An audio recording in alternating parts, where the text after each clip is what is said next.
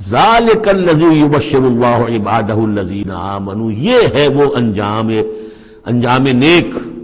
جس کی بشارت دے رہا ہے اللہ اپنے ان بندوں کو الذین آمنوا وعملوا الصالحات، جو ایمان لائے اور نیک عمل کرے۔ قل لا اسألکم علیہ من اجرا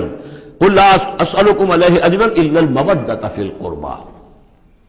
کہہ دیجئے کہ میں تم سے کوئی اجرت نہیں مانگتا، کوئی اجر نہیں مانگتا، کوئی مزدوری نہیں مانگتا، کوئی انعام میں نے کبھی نہیں مانگا،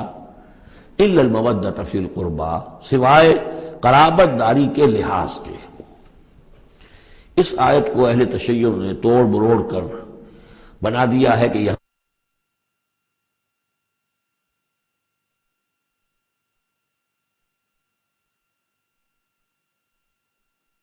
میں اہل تشیع نے اس کے مفہوم کو توڑ مروڑ کر بہت غلط اس سے نتیجہ نکالا ہے،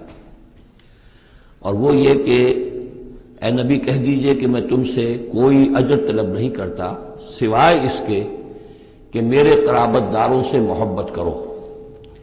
یعنی اور اس میں خاص طور پر چونکہ ان کے لیے جو ہے وہ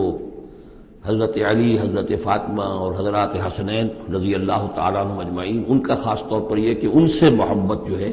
یہ مراد ہے یہاں پر۔ حالانکہ اس کا مفہوم بالکل جدا ہے کہ میں تم سے کوئی اجر تو نہیں مانگتا، لیکن یہ کہ میں تم سے یہ ضرور چاہتا ہوں کہ قرابت کا لحاظ تو کرو، میں آخر تمہارے کنبے کا آدمی ہوں، قبیلے کا آدمی ہوں، تم جو کچھ میرے ساتھ کر رہے ہو،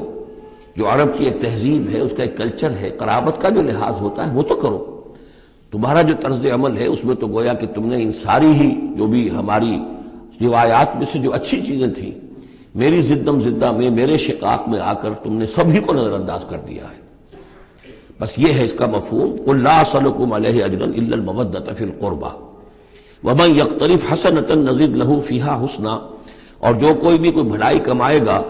تو ہم اس کے لیے اس میں اور بھلائی میں اضافہ کرتے رہیں گے۔ ان اللہ غفور شکور، یقیناً اللہ تعالیٰ غفور ہے اور شکور ہے۔